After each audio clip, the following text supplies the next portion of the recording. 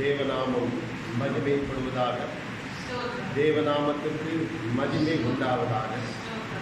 இந்த ஞாயிற்றுக்கிழமை ஆராதனை ஆண்டவர் இயேசு நமக்கு ஆசீர்வதித்து தரும்படியாக நாம் எல்லாரும் வீட்டில் இருந்தபடியாக, சபை மக்கள் எல்லாரும் வீட்டில் இருந்தபடியாக ஆண்டவர் பாதத்தில் அமர்ந்து பயபக்தியோடு அவருக்கு முன்பாக நாம் காணப்படுவோம். வீடுகளிலே குடும்பமாய் அமர்ந்து இந்த ஆராதனை நீங்கள் கலந்து கொள்ளும்படியாக உங்களுடைய அன்போடு கேட்டுக்கொள்கிறேன். பரிந்து பேசுகிற ஏசப்பா ஸ்தோத்திரம், ஆசீர்வதிக்கிற ஜோதிகளின் பிதாவே ஸ்தோத்திரம், ஆளுகை செய்கிற பரிசுத்த ஆவியானவரே ஸ்தோத்திரம். படைத்த தேவாதி தேவனே, இந்த அருமையான ஞாயிற்றுக்கிழமை ஆராதனை கருத்தலை கொடுக்கிறோம்.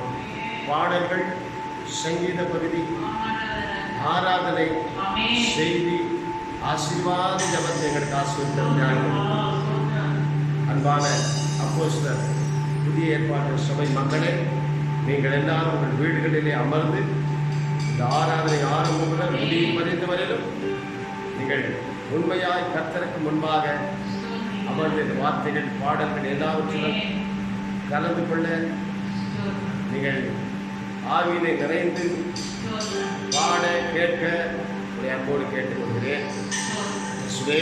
இந்த நாமத்தினால வருகிறப்பா ஆராதனையை பொறுப்பேற்றுக் கொள்ளும். ஆரம்பம் முதல் முடிவு பண்ண பொறுப்பேற்றுக் கொள்ளும். சாத்தானின் ஆவிகள் எங்களுக்குள்ளும் வீட்டில் இருக்கிற சபை மக்களுக்குள்ளும் கிரியை செய்யாது. இயேசுவின் நாமத்தினால் இப்படி கட்டணும். ஒவ்வொரு பகுதிகளுக்கு ஆசிரித்தாங்கப்பா. எல்லா தடைகள் விலகட்டும். தேவ நாமம் மட்டும் மகிமைப்படுத்தும். தேவ சித்தம் இந்த ஆராதனை செய்யும். ஆராதனை ஆசீர்வதித்தபடியாக பாஸ்டமாக ஜெபிக்கும்படி எல்லாரும் ஸ்தோத்திர பலிகளை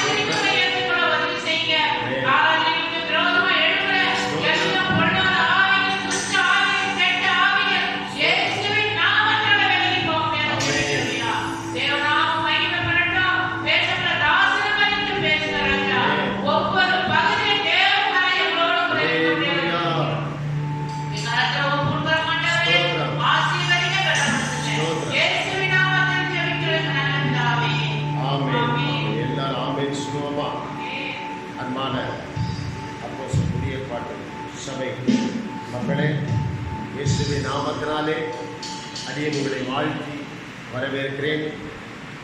ஆண்டவர் உங்களை ஒவ்வொரு நாளும் சுகபத்திரமாய் வாழ வைத்துக் கொண்டு வருகிறார் என்று விசுவாசிக்கிறேன். ஒரு நன்மையும் குறைவில்லாமல் உங்களை ஆசீர்வதிக்கிறார்.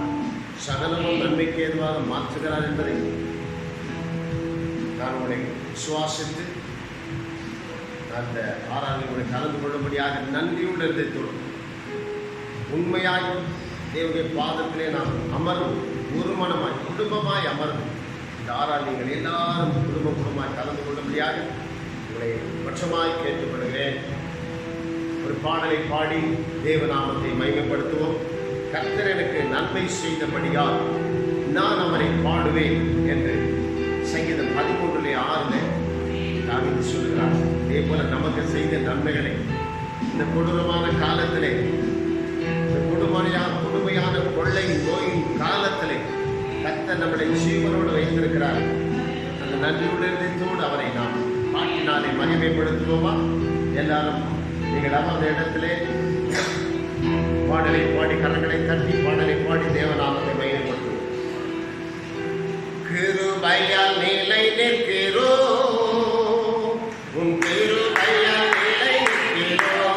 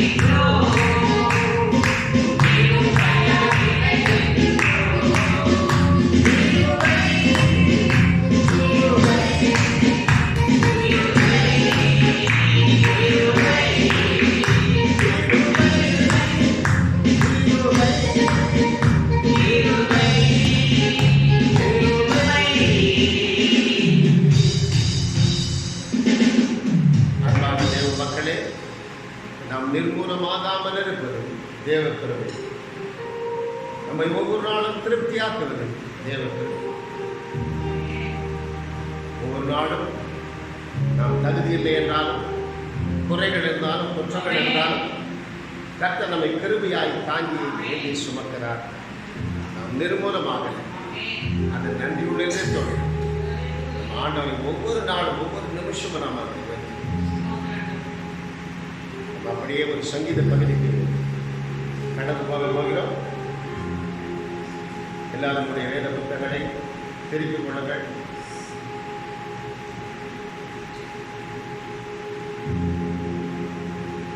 சங்கீத பகுதிக்காக கடந்து போகிறோம்.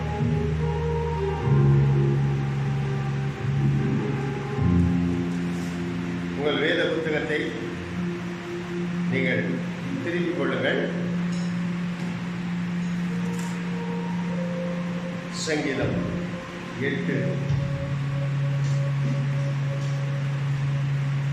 தித்தீர் வாத்தியத்தில் வாசிக்க ராக தலைவனுக்கு ஒப்புவிக்கப்பட்ட தாவீதின் சங்கீதம். சங்கீதம் 8, 8ஆம் சங்கீதம். நீங்கள் இருக்கிற இடத்திலே வேத புத்தகத்தை திரும்பிக் கொள்ளுங்கள். சங்கீத பகுதியை நாம் எல்லாரும் சேர்ந்து வாசிக்க போகிறோம். பயபக்தியோடு தேவனுக்கு முன்பாக நம்மை அர்ப்பணிப்போம், ஒப்பு கொடுப்போம். சங்கீதம் 8, 8ஆம் சங்கீதம். தொடர்ந்து எல்லாரும் சேர்ந்து இந்த சங்கீத பகுதியை வாசிக்க போகிறோம். எங்கள் ஆண்டவராகிய கர்த்தாவே, உம்முடைய நாமம் பூமி எங்கும் எவ்வளவு மேன்மையுள்ளதாய் இருக்கிறது. உம்முடைய மகத்துவத்தை வானங்களுக்கு மேலாக வைத்தீர். பசுமையையும் பணிக்காரனையும் அடக்கி போட தேவரீர் உம்முடைய சத்துருக்களை நிமித்தம் குழந்தைகள் பாலகர் வாயினால் விரல் உண்டு பண்ணினீர். உங்கள் விரல்களின் கிரியையே ஆகிய உம்முடைய வான்களையும் நீ ஸ்தாபித்த சந்திரனையும் நட்சத்திரங்களையும் நான் பார்க்கும்போது மனுஷனை நினைப்பதற்கும் மனுஷகுமாரனை சாதிப்பதற்கும் அவன் எம்மாத்திரம் என்கிறேன். நீர் அவனை தேவதூதரிலும் சற்று சிறியவனாக்கினீர். மகிமையினாலும் கனத்தினாலும் அவனை முடிசூட்டினீர். உம்முடைய கரத்தின் கிரியைகளின் மேல் நீர் அவனுக்கு ஆளுகை தந்து சகலத்தையும் அவனுடைய பாதங்களுக்கு கீழ்ப்படுத்தினீர். ஆடு மாடுகள் எல்லாவற்றையும், ஆடு மிருகங்களையும், ஆகாயத்து பறவைகளையும், சமுத்திரத்து மத்ஸ்யங்களையும், கடல்களில் சங்கரித்தவர்களையும் அவருடைய பாதங்களுக்கு கீழ்ப்படுத்தினீர். எங்கள் ஆண்டவராகிய கர்த்தாவே, உம்முடைய நாமம் பூமி எங்கும் எவ்வளவு மேன்மையுள்ளதாய் இருக்கிறது. எல்லாரும் கரங்களை உயர்த்தி இந்த சங்கீத பகுதிக்காய் ஸ்தோத்திரம் பண்ணுவோம். சோத்ராம் சோத்ராம் சோத்ராம். இந்த சங்கீத பகுதியிலே மனுஷனை குறித்து சொல்லுகிறது. மனுஷனுக்காக ஆண்டவர் இந்த உலகத்தை படைத்தார். அவன் கையில் அந்த அதிகாரத்தை கொடுத்தார். அதை பற்றியில் ஆண்டவர் அதை எழுதி வைத்திருக்கிறார். தேவ தூதரிலும் சற்றவனை சிறியவனாக்கினார். இந்த வசனம் அப்படியா சொல்லுகிறது. முதல் வசனம், எங்கள் ஆண்டவராகிய கர்த்தாவே, உடைய நாமம் பூமி எங்கும் எவ்வளவு மேன்மை உள்ளதாய் இருக்கிறது. உடைய மகத்துவத்தை வானங்களுக்கு மேலாக வைத்தீர். அன்பான தேவ மக்களே, அவருடைய நாமம் பூமி எங்கிலும் மேன்மை உள்ளதாய் இருக்கிறது, உயர்ந்ததாய் இருக்கிறது, சிறந்ததாய் இருக்கிறது. நம்முடைய நாமத்தை சொல்லும் பொழுதெல்லாம் பேய்கள் ஓடும், நோய்கள் நீங்கும். நம்முடைய வாழ்க்கையில இந்த நாள் மட்டும் நம்முடைய நாமத்தை சொல்லி ஜெபிக்கும் பொழுது கர்த்தருடைய வாழ்க்கையில எவ்வளவோ அற்புதங்கள் அதிசயங்களை செய்து கொண்டு வருகிறார். ஆவிக்குரிய வாழ்க்கையில நம்மை வளர வைக்கிறார். நம்முடைய நாமம் என்றால் வெறும் பெயர் மட்டும் அல்ல, அந்த நாமத்திலே சுகம் இருக்கிறது, சந்தோஷம் இருக்கிறது, சமாதானம் இருக்கிறது, ஆசீர்வாதம் இருக்கிறது, ஆறுதல் இருக்கிறது, தேறுதல் இருக்கிறது. அவருடைய நாமத்திலே பெயர் மட்டும் அல்ல. அதனால்தான் என் நாமத்தினாலே நீ எதை கேட்டாலும் நான் செய்வேன் சொல்லியிருக்கிறார். எங்கள் ஆண்டவராகிய கர்த்தாவே, உடைய நாமம் பூமி எங்கும் எவ்வளவு மேன்மை உள்ளதாக இருக்கிறது. உடைய மகத்துவத்தை வானங்களுக்கு மேலாக வைத்து, மகத்துவத்தை வானங்களுக்கு மேலாக வைத்திருக்கிறார் ஆண்டவர். அப்படிப்பட்ட தேவாதி தேவனை நாம் இன்றைக்கு நன்றியுள்ள இதயத்தோடு அவர் எழுதி வைத்த வார்த்தைகளை நாங்கள் இன்னைக்கு படித்து அதன்படி நடப்பதற்கு ஆண்டவர் இயேசு பரிசுத்தாவின் நமக்கு உதவி செய்கிறார். 2வது வசனம், பகைஞரையும் பழிக்காரனையும் அடக்கி போட தேவரே உங்களுடைய சத்துருக்களின் நிமித்தம் குழந்தைகள் பாலகர் வாயினாலே பலன் உண்டு பண்ணி. குழந்தைகள் பாலகன் வாயினாலே பலன் உண்டு பண்ணினார். குழந்தைகள் பாலகன் பலன் உண்டு பண்ணினார். எவ்வளவு பெரிய தெய்வம் பார்த்தீங்களா? குழந்தைகள் பாலகன், அவளுக்கு கர்த்தர் பலன் தந்திருக்கிறார்.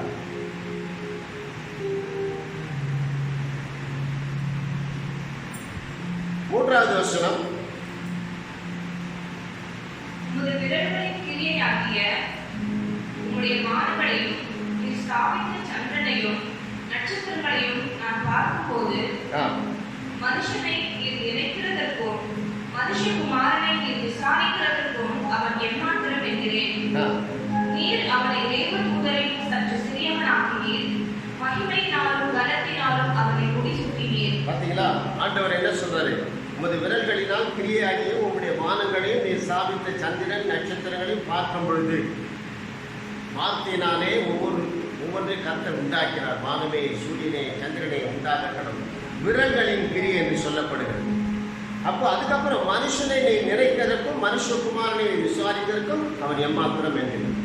இன்னைக்கு மனுஷன் தேவனுக்கு முன்பாக ஒன்றுமில்லை, மண்ணிலே செய்யப்பட்டவன், மண்ணிலே உண்டாக்கப்பட்டவன். ஆனால் இன்றைக்கு மனுஷன் தன்னை உயர்த்தி கொண்டிருக்கிறான், தன்னை மேடைப்படுத்திக் கொண்டிருக்கிறான், தன்னை பெருமைப்படுத்திக் கொண்டிருக்கிறான், கர்வம் உள்ளவனாயிருக்கிறான், முரட்டாட்டம் பண்ணுகிறான்.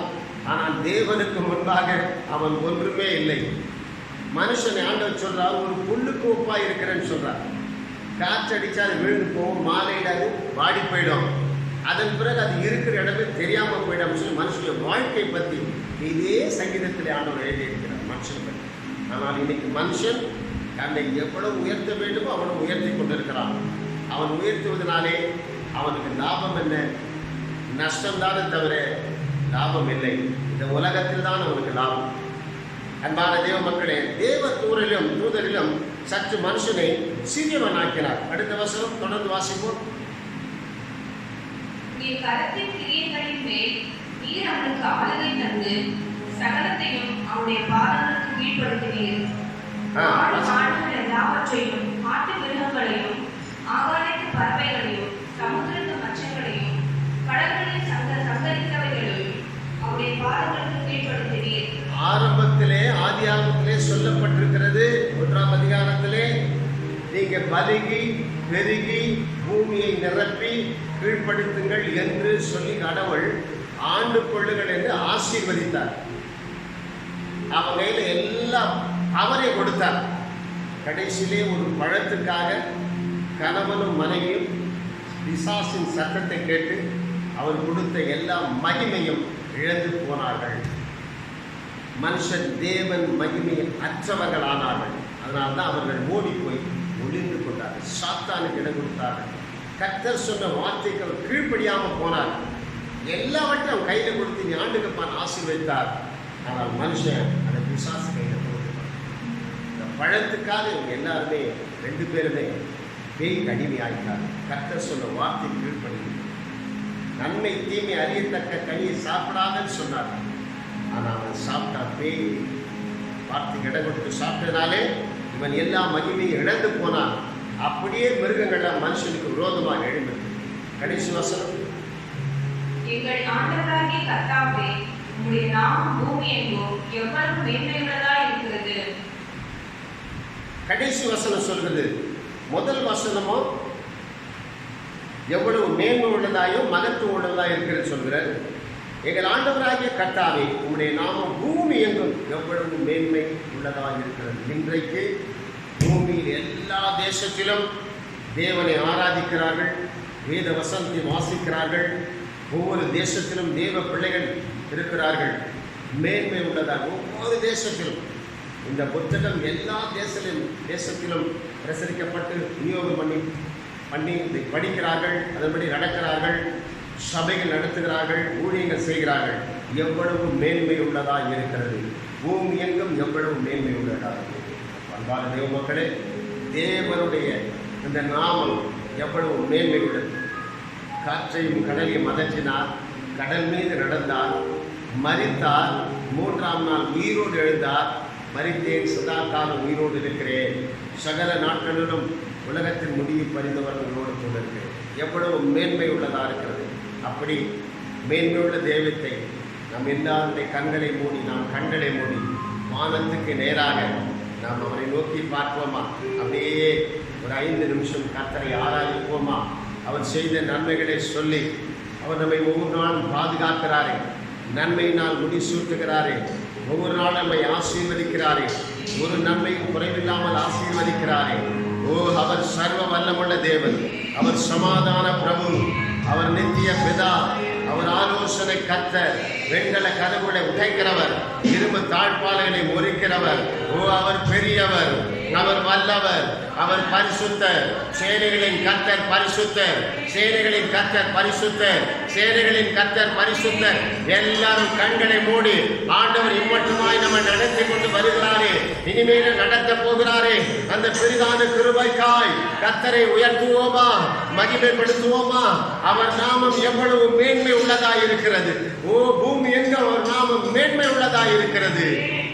மனுஷனுக்கு எல்லாவற்றையும் படைத்து அவன் கையில கொடுத்தார், அவன் ஆண்டு கொள்ளுகின்ற சொன்னார். ஆனால் மனுஷன் கீழ்ப்படியாமை போனதுனாலே இந்த உலகத்தில் இன்றைக்கு சாபத்துக்குள்ளாக இருக்கிறது. அந்த சாபத்திலிருந்து விடுதலையாக்கதான் சுமார் 2020 ஆண்டுகளுக்கு முன்பாக ஆண்டவர் இயேசு இந்த பூமிக்கு மனிதனாக வந்தார். பரலோகத்திலிருந்து ஆண்டவரே அவர் மனிதனாக இந்த பூமிக்கு இறங்கி வந்தார். ஓ, ஹalleluya, ஹalleluya, ஹalleluya. நமக்காக சிலுவையில் அடிக்கப்பட்டார், ரத்த சிந்தினார், ஜீவனை தந்தார், மரித்தார், 3ஆம் நாள் உயிரோடு எழுந்தார். நன்றி சொல்கிறோம். ஹalleluya, நன்றி, ஹalleluya, நன்றி சொல்கிறோம். ஹalleluya. நீரெல்லாம் எங்களுக்கு பரலோகில் யாருண்டு ஜீவனாதா, நீரெல்லாம் எங்களுக்கு பரலோகில் யாருண்டு ஜீவனாதா,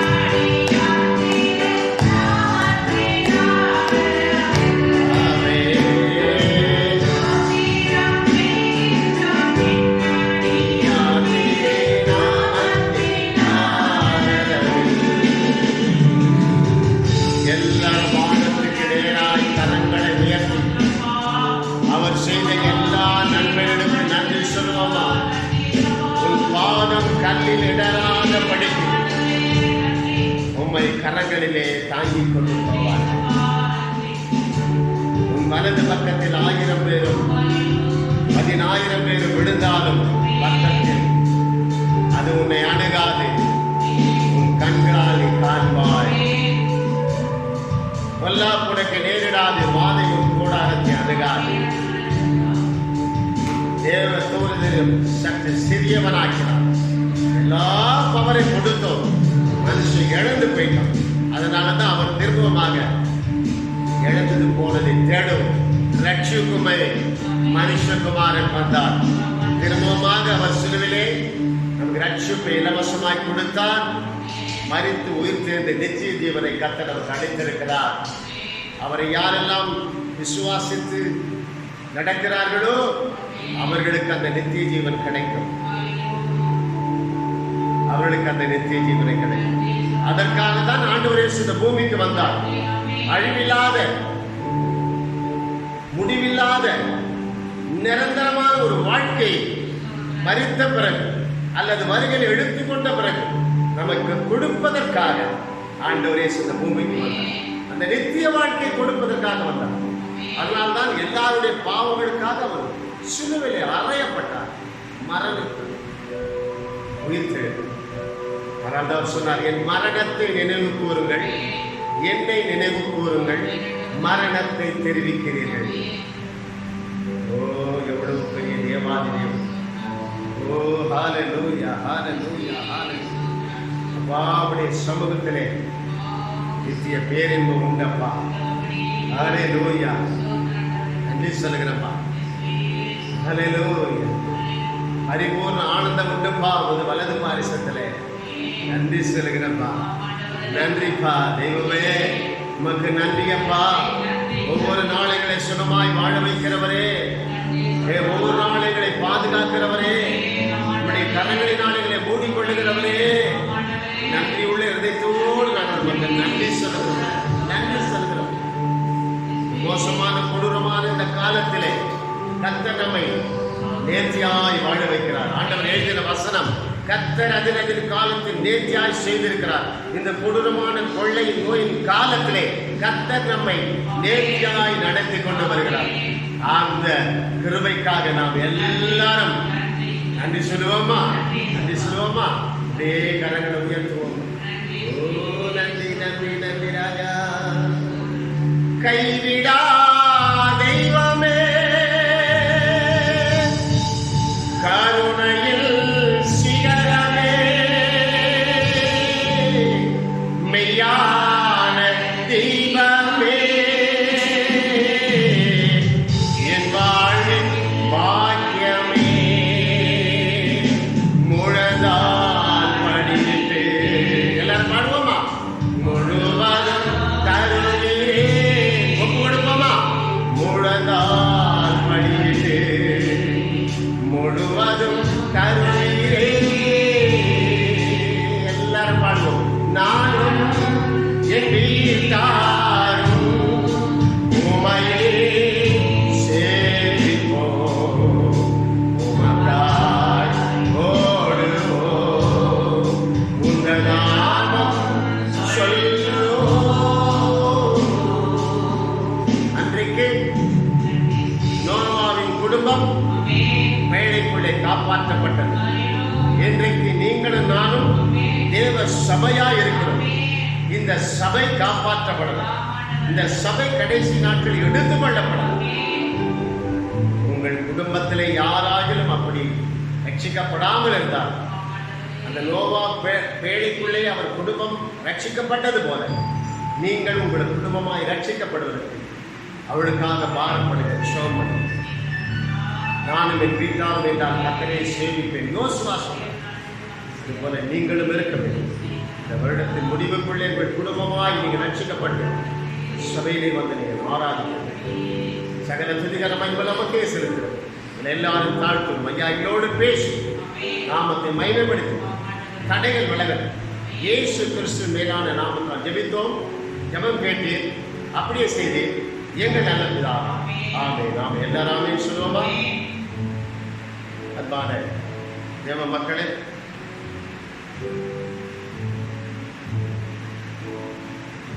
வேளையிலே கர்த்தருடைய வார்த்தைக்காக நாம் வந்திருக்கிறோம். கர்த்தருடைய வார்த்தையை கவனமாய் கேட்போம்.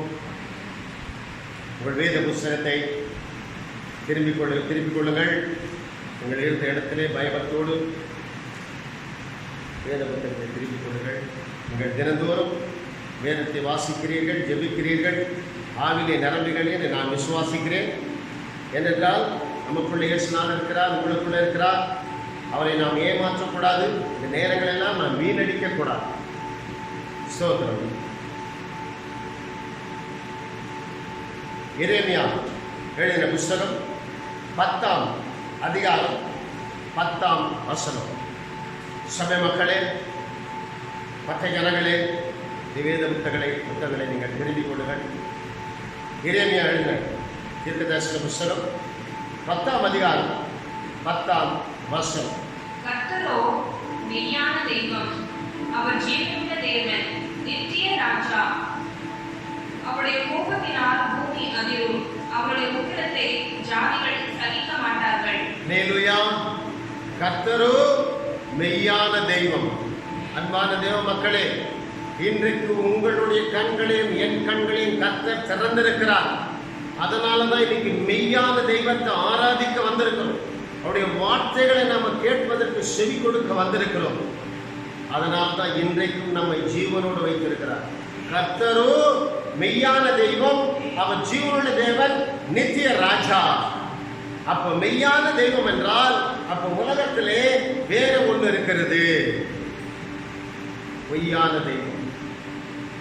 நன்மை தீமை, நல்லது கெட்டது, வெளிச்சம் இருட்டு, பரிசுத்தம் அசுத்தம், பொய் மெய், இப்படி எல்லாமே இருக்கிறது. அதே போலதான் மெய்யான தெய்வம் இயேசுநாதர் ஒருவர் தான் மெய்யான தெய்வம். அதற்கு பிறகு அவர் ஜீவனுள்ள தெய்வம். அவர் யாரு? ஜீவனுள்ளவர். அவர் பேசும் தெய்வம், நமது சத்தத்தை கவனிக்கிறவர். அவரை நாம் உணர முடியும். நம்மளோடு பேசுகிற தெய்வம், ஜீவனுள்ள தேவன். அடுத்தது நித்திய ராஜா. என்றென்றைக்கும் அவர் ராஜாதி ராஜா தான். அதனால தான் ஏறது ஆண்டவர் பிறந்த அந்த நாளில் கேட்கிறார், யூதருக்கு ராஜா எங்கே பிறந்திருக்கிறார்? இந்த சாஸ்திரிகள் எல்லாம் வராது. ஏரோது கேட்கிறோம், யூதருக்கு ராஜா எங்கே பிறந்திருக்கிறார்? அப்போ அவர் ராஜாதி ராஜன்.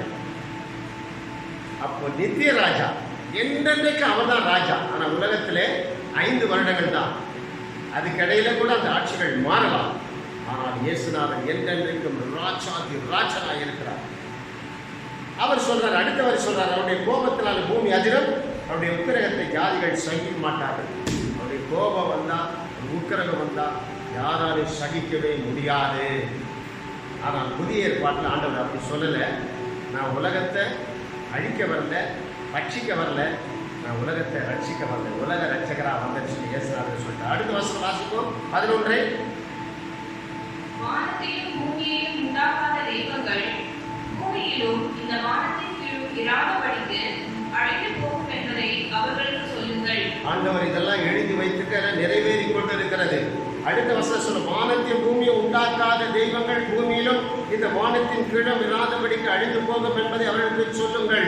இதனாலதான் கர்த்தரோ மெய்யான தெய்வம். அப்ப வானத்தின் பூமியை யார் படைத்தார்? நம்ம ஆண்டவர் இயேசு படைத்தார். தேவாதி தேவன் படைத்தார். அதனாலதான் அவர் மெய்யான தெய்வம். அவர் ஜீவனுள்ள தேவன். அவர் நித்திய ராஜா. மற்றதெல்லாம் பொய். உலகத்தில் சொல்லப்படுகிற அத்தனையுமே பொய். அவைகள் எல்லாம் இராதபடிக்கு, வானத்தின் கீழ் இராதபடிக்கு அழிந்து போகும் என்பதை அவர்களுக்கு சொல்லுங்கள் என்று சொன்னார். அழிந்து போகக்கூடிய காலம் இப்போது நெருங்கி கொண்டிருக்கிறது. அடுத்த வசனம். அவரே பூமியை தம்முடைய பலத்தினால் உண்டாக்கி, பூச்சக்கரத்தை தம்முடைய ஞானத்தினால் படைத்து, வானத்தை தம்முடைய அறிவினால் விரித்தார். அவரே பூமியையும் தம்முடைய வல்லமையினால் உண்டாக்கி, பூச்சக்கரத்தை தம்முடைய ஞானத்தினாலும் படைத்து, வானத்தை தம்முடைய அறிவினாலே விரித்தார். பூமி பூவுலகம். அதனாலதான் இவரு கர்த்தரோ மெய்யான தெய்வம். இதுல அவர் ஒருவர் தான் கடவுள். வேற யாருமே இந்த உலகத்தில் தெய்வமே கிடையாது. பிசாசு நாங்கள் மனுஷனுக்குள்ளே புகுந்து தெய்வங்களை உண்டாக்கி இன்னைக்கு வணங்க வைத்துக் கொண்டிருக்கிறார். அவைகள் எல்லாம் அழிந்து போகுமா?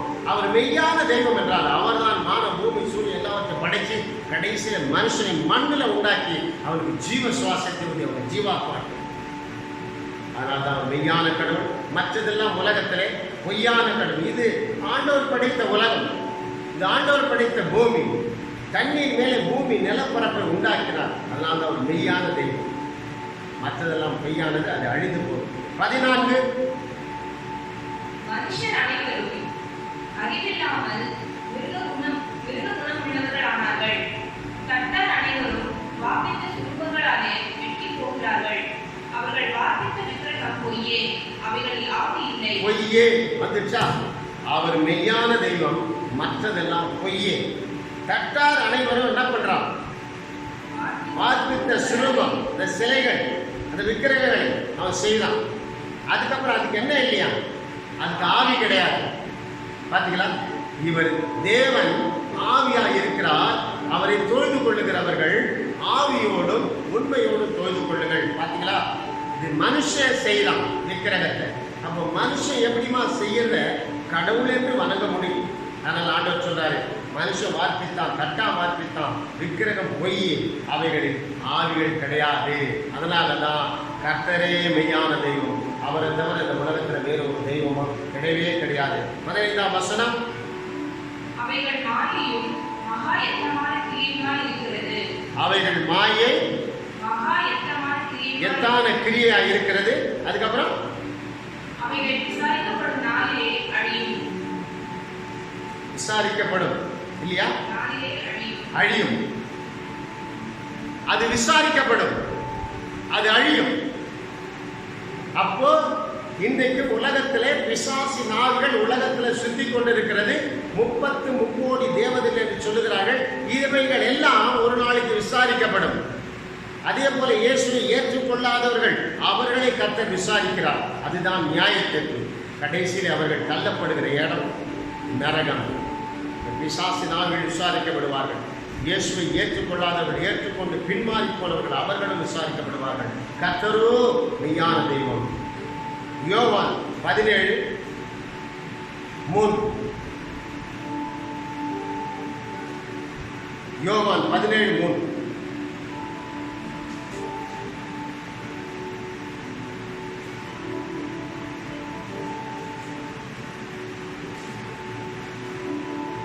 யோவான் எழுந்த புஸ்தகம் சுவிசேஷம் 17ஆம் அதிகாரம் 3ஆம் வசனம். ஒன்றான மெய் தேவனாகிய உம்மையும் நீர் அனுப்பினவராகிய இயேசு கிறிஸ்துவையும் அறிவதே நித்திய ஜீவன். ஒன்றான மெய் தேவன், ஒரே ஒரு தெய்வம், ஒரே ஒரு தெய்வம். ஆனா ஆண்டவர் சொன்னார், என்னை நோக்கி கூப்பிடுன்றார். உலகத்தில் பல தெய்வங்கள் உண்டாக்கப்பட்டதுனாலே ஆண்டவர் என்னை நோக்கி கூப்பிடுன்னு சொன்னார். வேற எந்த தெய்வங்களும் உலகத்துல இல்லைன்னா என்ன கூப்பிடுன்னு சொல்லியிருப்பார். ஆனா என்னை நோக்கி கூப்பிடுன்னு சொல்றார். இங்கே ஒன்றான மெய் தேவன் என்றால் ஒரே ஒரு தெய்வம். மெய் தேவனாகிய உம்மையும் நீர் அனுப்பினவராகிய இயேசு கிறிஸ்துவையும் அறிவதே நித்திய ஜீவன். பிதாவையும் குமாரனையும் அறிவதுதான் நித்திய ஜீவன்.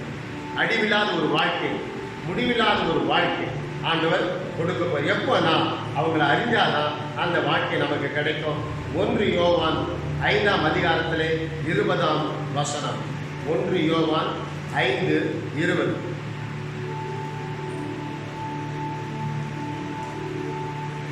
1 யோவான் 5ஆம் அதிகாரம் 20ஆம் வசனம்.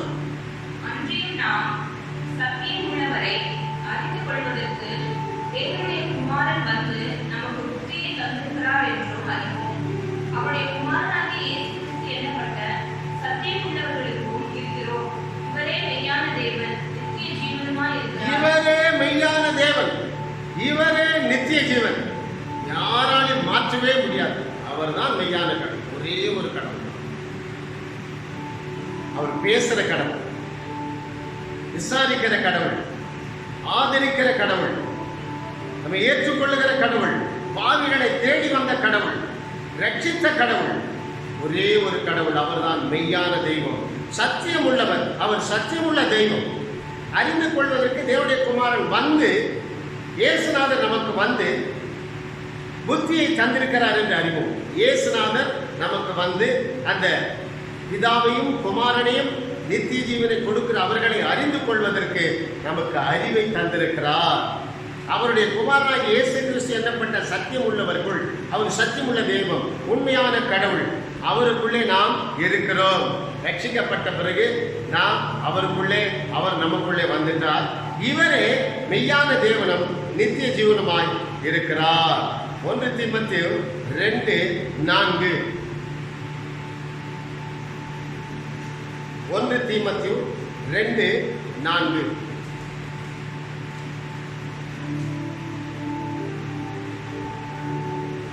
எல்லா மனுஷரும் ரட்சிக்கப்படுவோம், சத்தியத்தை அறிகிற அறிவை அடையவும் அவர் சித்தமுள்ளவராய் இருக்கிறார். பாத்தீங்களா? எல்லா மனுஷரும் ரட்சிக்கப்படணும். தேவன் பட்சபாதம் இல்லாதவர். ஆனா அதற்கு என்னடா வழின்னு தெரிஞ்சா, சத்தியத்தை அறிகிற அறிவை அவர்கள் அடைய வேண்டும். அதனால்தான் அந்த 1 யோவான் 5:20 சொல்லிட்டாரு, சத்தியத்தை அறிகிற அறிவை நமக்கு தந்துட்டாரு, அந்த புத்தியை கொடுத்துட்டாரு. நாம் அவருக்குள்ளே வந்துட்டோம். எல்லாரும் ரட்சிக்கப்பட்ட பிறகு அவருக்குள்ளே வந்துட்டோம். அந்த சத்தியத்தை அறிகிற அந்த புத்தியை நமக்கு கொடுத்துட்டாரு. இந்த இடத்துல என்ன சொல்றாரு? சத்தியத்தை அறிகிற அறிவை அடையவும். அப்போ சத்தியத்தை, இயேசுநாதரை நாம் அடையும்படிக்கு, அவர் ஏற்றுக்கொள்ளும்படிக்கு, ரட்சிக்கப்படும்படிக்கு நமக்கு என்ன பண்றாரு? அப்படிப்பட்ட ஒரு அறிவை கொடுக்கிறார். இன்றைக்கு மனுஷன் தன்னுடைய சுய அறிவினாலே இந்த உலகத்தில் எவ்வளவோ மோசம் பண்ணும். ஏன் கர்த்தரே தெய்வம் என்று, மெய்யான தெய்வம் என்று சொல்றானா, மற்றதெல்லாம் பொய்ன்னு ஏன் சொல்றானா? அன்பான தேவ மக்களே, அது உண்மையான கொடவுளாய் என்றார். இன்றைக்கு 2 வயசு 3 வயசு குழந்தைகளை 60 வயசு 50 வயசு ஒரு மனுஷன் பாழாக்குறான், கொலை செய்யறான், கொள்ளை அடிக்கிறான், இன்னொருத்தருடைய மனைவியை இன்னொருத்தன் அவளை எடுத்துக்கொள்றான். அப்படி மாற்றி மாற்றி தப்பான உறவுகள் இருக்கிறது. கொலை செய்கிறார்கள், ஒருவரை ஒருவர் வெட்டி கொள்ளுகிறார்கள், மோசநாசங்கள் நடக்கிறது. அந்த மெய்யான தெய்வமாயிருந்தால் இந்த 2 வயசு 3 வயசு குழந்தைகளை எவ்வளவு பெரிய மனுஷன் தவறு செய்வானா? அது கண்டித்து சிஷ்டித்து உணர்த்தும். ஆனால் நமக்கு ஆண்டவர் அறிவிக்கிறார், போதிக்கிறார், புத்தி சொல்லுகிறார். இதைதான் நீ செய்யணும்னு சொல்றாரு. அதனாலதான் அவரை ஏற்றுக்கொண்ட மக்கள் அவருக்கு உண்மை உத்தமுள்ளவர்களாய் தினந்தோறும் வாழ்கிறார்கள். ஏனென்றால் அவர் மெய்யான தெய்வம். ஒரு நாளைக்கு நியாயம் தீர்க்க போகிறார். அதனால்தான் அது அழியும், அது ஒரு நாளைக்கு நியாயம் தீர்க்கப்படும். அதனால்தான் அது பொய்யான தெய்வம் என்று ஆண்டவர் எழுதி வைத்திருக்கிறார். அடுத்தபடியாக யோவான் 18 யோவான் 18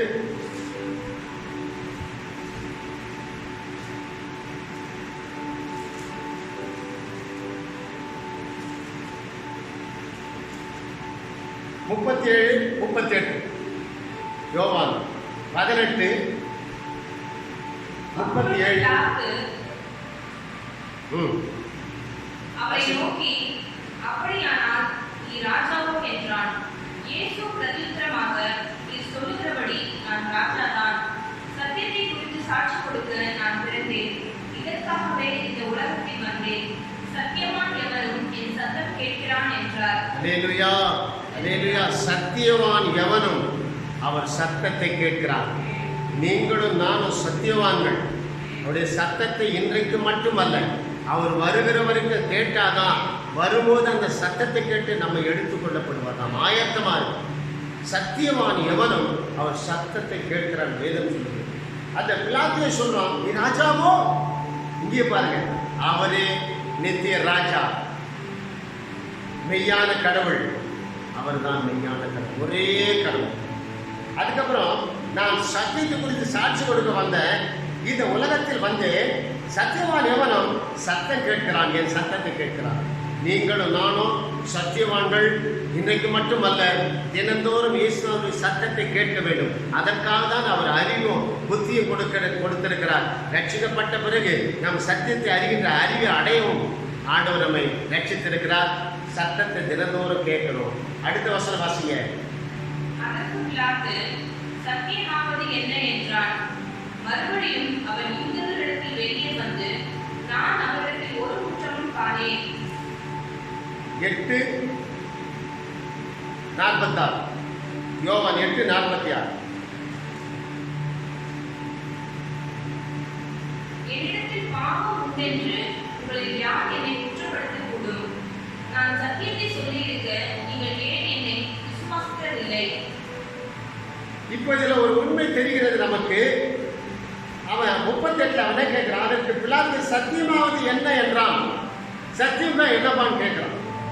மறுபடியும் அவன் யூதரிடத்தில் வெளியே வந்து, நான் அவரிடத்தில் ஒரு குற்றமும் காணேன். அப்ப சத்தியம்னா என்னப்பா தெரியுமா? சத்தியம்னா என்ன? இயேசுநாதர் யார்? சத்தியமா. அவரிடத்தில் ஒரு குற்றம் இல்லை. அதே போல சத்தியவான்களாகி நீங்களும் நானும் குற்றம் இருக்கக்கூடாது. அது இங்க சொல்றாரு 46ல பாவம் இல்லை, குற்றம் இல்லை. அப்ப சத்தியம்னா என்னன்னா குற்றம் இல்லாதவரு, பாவம் இல்லாதவரு. அப்ப சத்தியவான்களும் குற்றம் இல்லாமலும் பாவம் இல்லாமலும் இருக்கணும். எவ்வளவு ஒரு பெரிய உண்மை பாரு. அவனே சொல்றான், அவர்கிட்ட ஒரு குற்றமா காணலையா? சத்தியம்னா என்னன்னு அவனே கேட்டுட்டு வெளியே போய் சொல்றான், அவர்கிட்ட ஒரு குற்றமும் இல்லை. அப்ப சத்தியம் என்றால் இயேசுநாதருக்கு ஒரு குற்றமும் இல்லை, அவர்கிட்ட பாவம் இல்லை. நமக்காக தான் அவர் பாவம் ஆக்கப்பட்டார். அப்படிப்பட்ட தெய்வம், பரிசுத்தமான தெய்வத்தை நீங்களும் நானும் இன்றைக்கு ஆராதிக்கிறோம். அப்ப நீங்களும் நானும் ஒவ்வொரு நாளும் சத்தியவான்களாய் இருக்க வேண்டும்.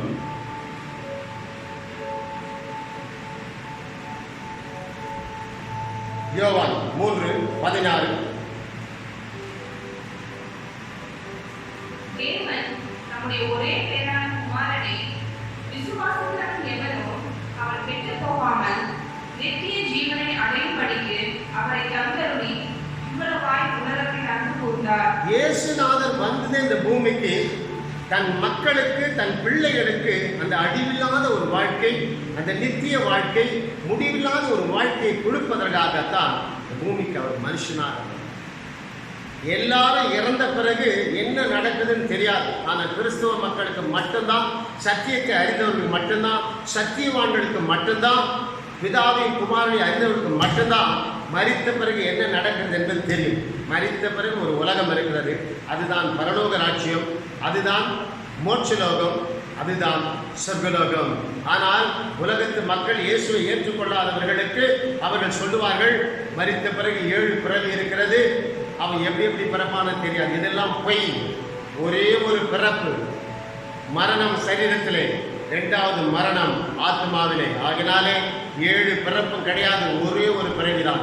இந்த பிறப்பை, இந்த பிறவியை ஆண்டவர் இயேசுவுக்கு யாரெல்லாம் கொடுக்கிறார்களோ அவர்களுக்கு தான் அந்த நித்திய ஜீவன், அழிவில்லாத வாழ்க்கை, முடிவில்லாத வாழ்க்கையை கர்த்தர் அந்த ராஜ்யத்துக்குள்ளே நம்மளை கொண்டு போய் அங்கே வைத்திருக்க போகிறார். அல்லேலூயா, அல்லேலூயா. ஆகினால் அன்பான தேவர்கள் அதற்காக தான் தன்னுடைய ஒரே பேரான குமாரனை இந்த பூமியிலே தந்து அன்பு கூர்ந்தார். எப்படி அன்பு கூர்ந்தார்? சிலுவையிலே அறையப்பட்டார், கொல்லப்பட்டார், கொலை செய்யப்பட்டார், அடிக்கப்பட்டார், நொறுக்கப்பட்டார். இதெல்லாம் எது? நம்ம மேல அன்பு வச்சதுனாலே. அவர் பலியானார், அவர் அடிக்கப்பட்டார், அவர் நொறுக்கப்பட்டார். நாம் அடிக்க வேண்டிய இடத்தில் அவர் அடிக்கப்பட்டார். நாம் ஏற்றுக்கொள்ள வேண்டிய தண்டனை அவர் ஏற்றுக்கொண்டார். அப்போ அவரை யார் விசுவாசிக்கிறானோ அவன் கெட்டு போக மாட்டான், அவனுக்கு தான் நித்திய ஜீவன். அவரை யார் விசுவாசிக்கிறானோ அவன் கெட்டு போக மாட்டான், அவன் தான் சத்தியவான், அவன் தான் சத்தியத்தை அறிஞ்சிருக்கிறான், அவன் தான் பிதாவின் குமாரை அறிஞ்சிருக்கிறான். அவனுக்கு தான் அந்த முடிவில்லாத, அழிவில்லாத அந்த வாழ்க்கையை கர்த்தர் கொடுக்கிறார். யோவான் 6ஆம் அதிகாரத்திலே 47ஆம் வசனம்.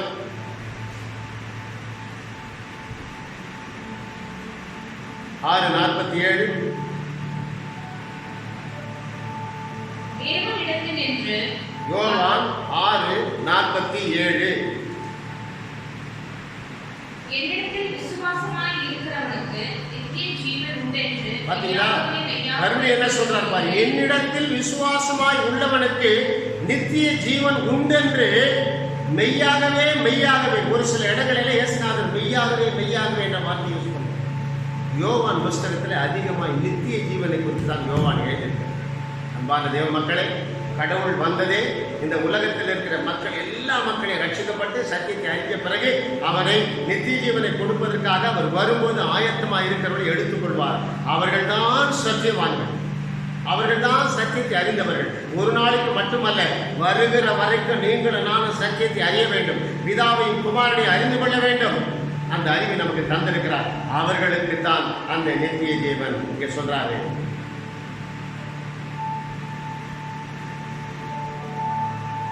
ரோமர் 6:22-23.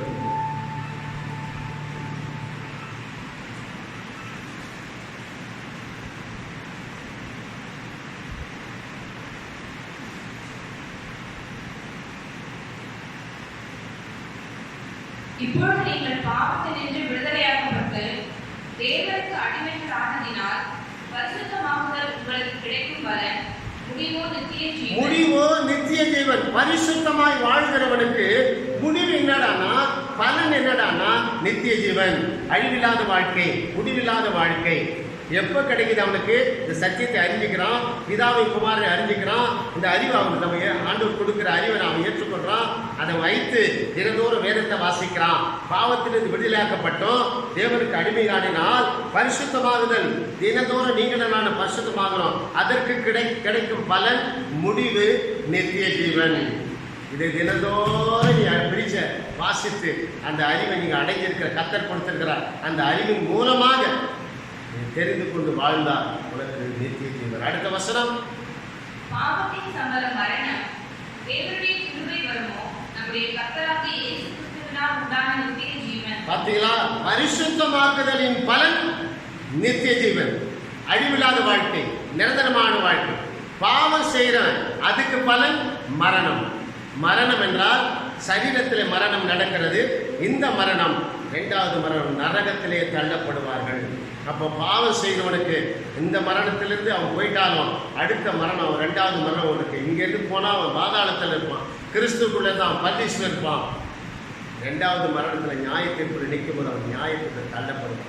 அப்பொழுது அங்கே சொன்னாரே, அது இந்த பொய்யான தெய்வங்கள் எல்லாம் விசாரிக்கப்படும் சொல்லி, அந்த தெய்வங்கள் எல்லாம் அந்த நியாயத்திற்குள்ளே வரும், அவங்களும் அந்த நரகத்தில் தள்ளப்படுவார்கள். அன்பான தேவ மக்களே, பரிசுத்தமான அதுக்கு பலன் நித்திய ஜீவன். பாவம் செய்தால் அதற்கு சம்பளம், அதுக்கு பலன் மரணம். நம்முடைய தேவனுடைய கிருபை வரமோ இயேசு கிறிஸ்துவினால் உண்டாகும் நித்திய ஜீவன். இயேசு கிறிஸ்துவின் மூலமாக தான் நமக்கு நித்திய ஜீவனை அடைய முடியும். இப்போது நாம் ஓடிக்கொண்டிருக்கிறோம். யோவான் 3 சொல்லப்பட்டு 14 சொல்லப்பட்டிருக்கிறது, அடையும்படிக்குனா we are running. ஆண்டவர் நமக்கு நியமித்திருக்கிற ஓட்டத்தில் ஓடிக்கொண்டிருக்கிறோம். அவர் வருகை மட்டும் ஓடிக்கொண்டிருக்கிறோம். வரும்பொழுது நாம் எடுத்துக்கொள்ளப்படுவோம். அல்லேலூயா. கடைசியாக இந்த ஒரு வசனம் தான் கொஞ்சம் ஜாக்கிரதையாக நாம் இருக்க வேண்டும். அப்போஸ்தலர் 13:48 இந்த ஒரு வசனம் ரொம்ப ரொம்ப ஜாக்கிரதையாக இருக்கு.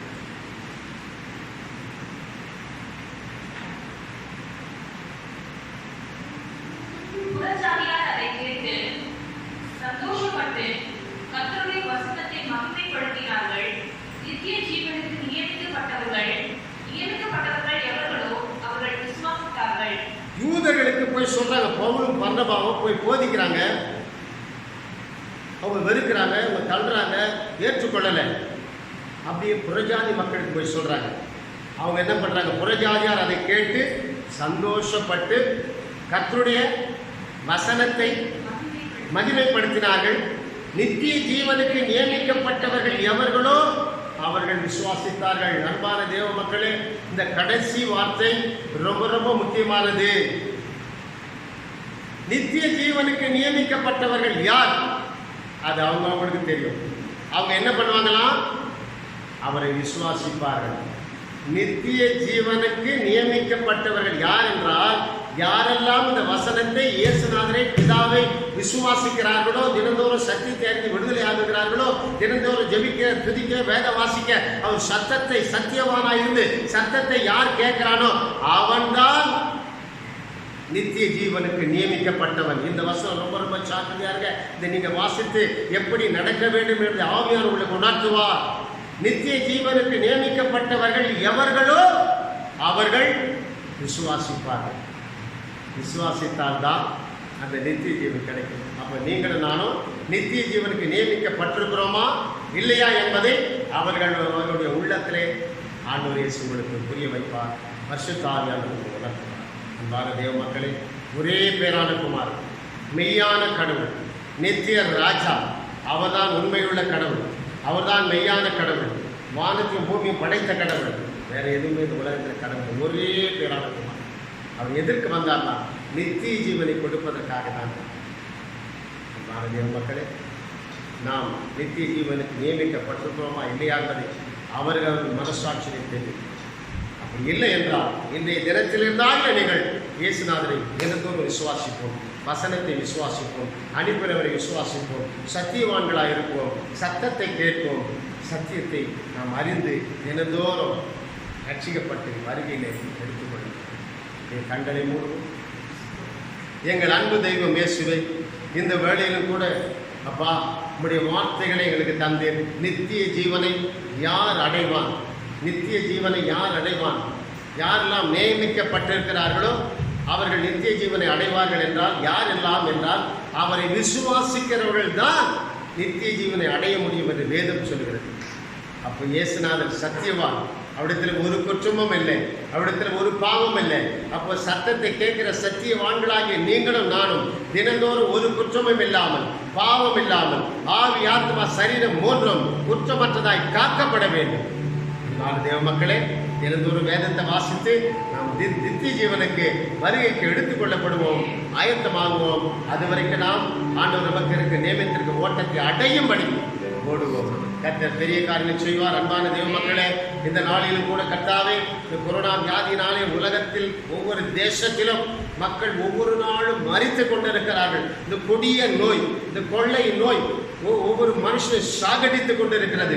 ஓ ஹல்லேலூயா! அதிபதிகள், ஆண்டவரே, பிரதம மந்திரி, அதிகாரிகள், டாக்டர்கள், மருத்துவத்துறை உள்ளவர்களுக்கு இதற்கு எப்படி மருந்து கண்டுபிடிக்க வேண்டும் என்று தெரியாமல் இன்றைக்கு வாழ்ந்து கொண்டிருக்கிறார்கள். இயேசுவே, நீர் உம்முடைய கரங்களை நீட்டும், அறிவு ஞானத்தினால் நிரப்பும், யோசனைகளை தாரும், மருந்து மாத்திரைகளை கண்டுபிடித்து அதன் மூலமாக ஒவ்வொரு தேசத்து மக்களும் ஆண்டவரே, எங்கள் சகோதர சகோதரிகள் ரட்சிக்கப்படட்டும் ஐயா, காப்பாற்றப்படட்டும். மரண பயம், மரணத்தினால் இன்னைக்கு ஹாஸ்பிட்டலில் சேர்க்கப்பட்ட அத்தனை பேர் காப்பாற்றப்பட வேண்டும். மற்றவர்களுக்கு இந்த தொற்று போகக்கூடாது. மருத்துவத்துறை, போலீஸ் துறை, துப்புரவு துறை, இவர்களை இந்த தொற்று தொடவே கூடாது. இவர்கள் மூலமாக குடும்பங்களுக்கு போகக்கூடாது. பாதுகாத்துக் கொள்ளுங்க. நாம மகிமைப்படுத்தும். விசேஷமாய் எங்க சபை மக்களை ஒப்பு கொடுக்கிறேன். எங்க சபை மக்கள் ஒவ்வொரு நாளும் இந்த சத்தத்தை கேட்டு தினந்தோறும் ஜெபிக்க, துதிக்க, வேத வாசிக்க, அபிஷேகத்தில் நிரப்ப கர்த்தர் அந்த பிள்ளைகளை ஒப்பு கொடுக்கிறோமா. ஆண்டவர் நாம் ஏமாற்றக்கூடாது, நமக்குள்ளே இருக்கிறார். அதனால வீடுகளில் இருந்து நீங்கள் தினந்தோறும் வசனத்தை கேட்டு அதன்படி நடக்க உதவி செய்ய. அப்படிப்பட்டவர்கள் தான் வருகளை எடுத்துக்கொள்வார்கள். அப்படிப்பட்டவர்கள் தான் அந்த நித்திய ஜீவனை அடைய முடியும், மற்றவர்கள் அடைய முடியாது. ஆண்டவரே, ஒருவேளை நீ பேசின வார்த்தைக்கு நன்றி. எங்களை எல்லாரும் தாழ்த்துறோம், உண்மை மட்டும் உயர்த்துகிறோம். தொடர்ந்து உடைய வருகை மட்டும் சத்தியத்திலே எங்களை வழிநடத்தும். ஆசீர்வதி பலப்பட்டும் பெரிய காரியம் செய்யும். தீமை விலகி பார்த்தார். புதிய கன மதிப்பு நமக்கே செலுத்துகிறோம். இயேசு கிறிஸ்துவின் மேலான நாமத்தினாலே ஜெபித்தோம், ஜெபம் கேட்டு அப்படியே செய்து எங்களால் ஆமென் என்று சொல்வோம். சேர்ந்து சொல்வோம். என் ஆத்துமாவே கர்த்தரை ஸ்தோத்திரி, என் முழு உள்ளமே கர்த்தருடைய பரிசுத்த ஸ்தோத்திரி, என் ஆத்துமாவே கர்த்தரை ஸ்தோத்திரி, கர்த்தர் செய்த சகல உபகாரங்களை மறவாதே. ஆமென். கர்த்தராகிய இயேசு கிறிஸ்துவின் கிருபை, பிதாவாகிய தேவனுடைய அன்பும், பரிசுத்த ஆவியானவருடைய அந்யோன்ய ஐக்கியமும் சகல பரிசுத்தவான்களோடு விசேஷமாய் நம் அனைவரோடு கூட கர்த்தருடைய வருகை மட்டும் மாறாதிருப்பதாக. எல்லாரும் ஆமென் சொல்வோமா? கர்த்தர் உங்களை ஆசீர்வதிப்பார்.